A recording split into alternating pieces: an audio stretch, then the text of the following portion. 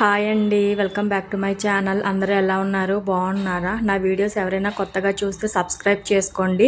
అలాగే ఇది సండే రోజు వ్లాగ్. ఇంకా మార్నింగ్ లేవగానే ఇలా ఎండ వస్తుంది. ఢిల్లీలో ఇంకా ఎండలు స్టార్ట్ అవుతున్నాయి లైట్గా. ఇంకా కిచెన్లోకి వచ్చాను. ఇంకా నైటే నానబెడతానమాట డ్రై ఫ్రూట్స్. అవి తినేస్తాము ఇంకా మార్నింగ్ లేవగానే. ఇంకా బ్రేక్ఫాస్ట్లోకి నైటే దోసల పిండి రుబ్బి పక్కన పెట్టుకున్నాను. ఇంకా అలాగే ఇక్కడ చట్నీ కోసం వేరుశనగ గుళ్ళు వేపించి పుట్నాలు వేసి చట్నీ చేస్తున్నాను. ఇంకా తాలింపు అయితే వేయను, మేమిద్దరమే కదా. ఇంకా దోశలు వేసి తినేస్తున్నాము. ఎందుకంటే ఈరోజు బయటికి వెళ్ళే పని ఉందండి, హాస్పిటల్కి వెళ్ళాలి. ఏంటి సండే రోజు కూడా హాస్పిటల్ అనుకుంటున్నారా?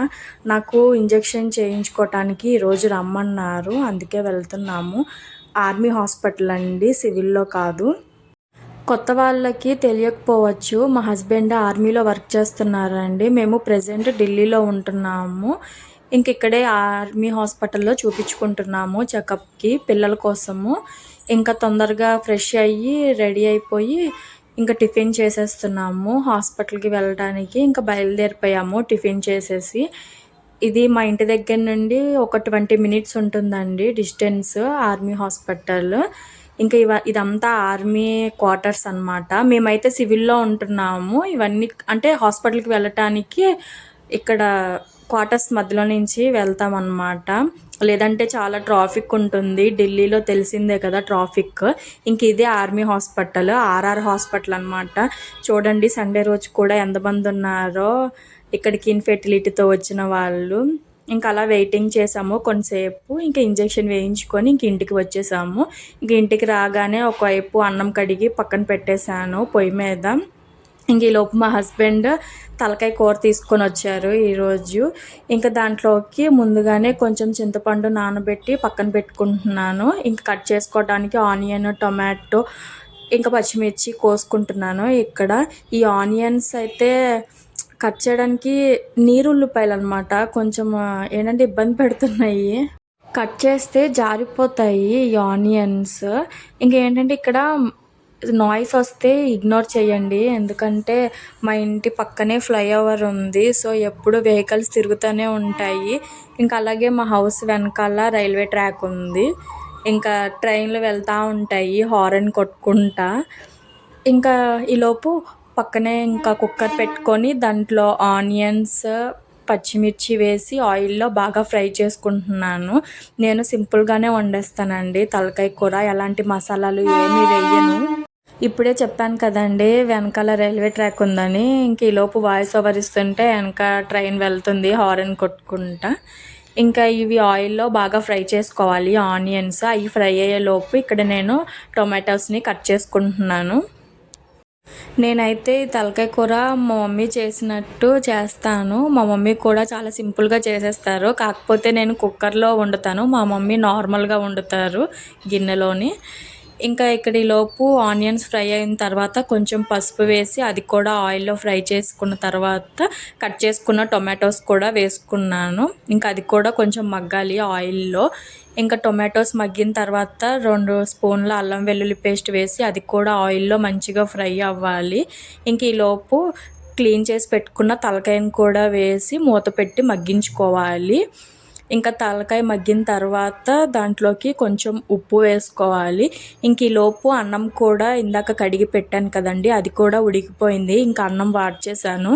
ఈ కుక్కర్ ఏంటంటే కలపటానికి వీలవ్వదనమాట, పైన క్లోజ్ ఉంటుంది. ఇంకా అదే కొంచెం ఇబ్బంది ఉంటుంది. ఇంక ఈలోపు ఉప్పు, కారం వేసి అది కూడా ఆయిల్లో మంచిగా ఫ్రై అయిన తర్వాత చింతపండు రసం వేసి కొంచెం వాటర్ వేసి ఇంకా మూత పెట్టాను కుక్కర్ విజిల్. ఒక 3 విజిల్లు వస్తే సరిపోతుంది. ఇది లేతదండి, ముదరదైతే కాదు. ఇంకా అందుకే 3 విజిల్లు అయితే ఉడికిపోయింది. ఇంకా 3 విజిల్లు అయిన తర్వాత కట్టేశాను కుక్కర్ గిన్నె.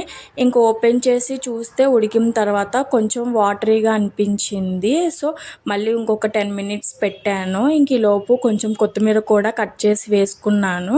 కాకపోతే ఇది గ్రేవీ లాగా అయితే చేయలేదండి, కొంచెం గ్రేవీ లూజ్గా ఉన్నట్టే చేసాము, ఎందుకంటే మాకు ఇలానే నచ్చుతుంది తినటానికి. పులుసుగా ఉంటేనే బాగుంటుంది తలకాయ కూర గ్రేవీ కన్నా. ఇంకా కొత్తిమీర కూడా వేసి ఇంకా స్టవ్ ఆఫ్ చేసేసాను. ఇంక ఈలోపు మా హస్బెండ్ కూర ఇచ్చేసి బయటకు వెళ్ళారండి వాళ్ళ ఫ్రెండ్ దగ్గరికి. ఏదో చిన్న పని ఉంటే నన్ను తినేమని చెప్పారు, లేట్ అవుతుందంట తను రావటానికి అని చెప్పి. ఇంకా నేను తినేసాను. ఇంకా మా హస్బెండ్ వచ్చిన తర్వాత ఇంకా ఆయన కూడా తినేశారు. ఇంకా ఇక్కడ ఏంటంటే ఈవినింగ్ సండే మార్కెట్ జరిగిద్ది. ఇంకా మధ్యాహ్నం పడుకొని ఇంకా ఈవినింగ్ అలా వెళ్ళాము సండే మార్కెట్కి కూరగాయలు అవి తెచ్చుకుందామని చెప్పి. ఇంక ఇక్కడ ఏంటంటే ఊళ్ళు చూస్తున్నాను తీసుకోవటానికి, ఏవైనా అల్లటానికి. నాకైతే రాదు, బట్ ఏదో చిన్న చిన్నవి నేర్చుకుందామని చెప్పి తీసుకున్నాను ఒక 2, వేస్ట్ ఎందుకు చేయడం అని చెప్పి.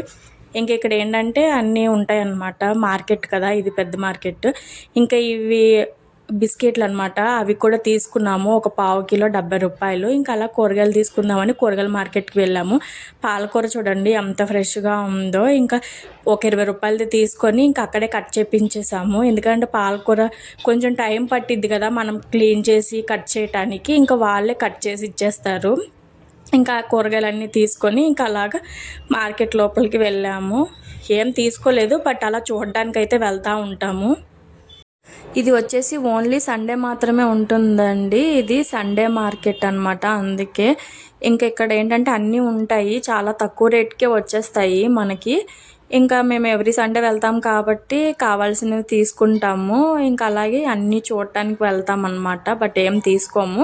ఏమైనా నచ్చితే తీసుకుంటాము, లేదంటే లేదు. ఇంక ఇక్కడితో ఈ వీడియో ఎండ్ చేస్తున్నానండి. ఇంకా నా వీడియోస్ కనుక నచ్చితే మీకు సబ్స్క్రైబ్ చేయండి, అలాగే లైక్ చేయండి, షేర్ చేయండి, కామెంట్ చేయండి. Thanks for watching.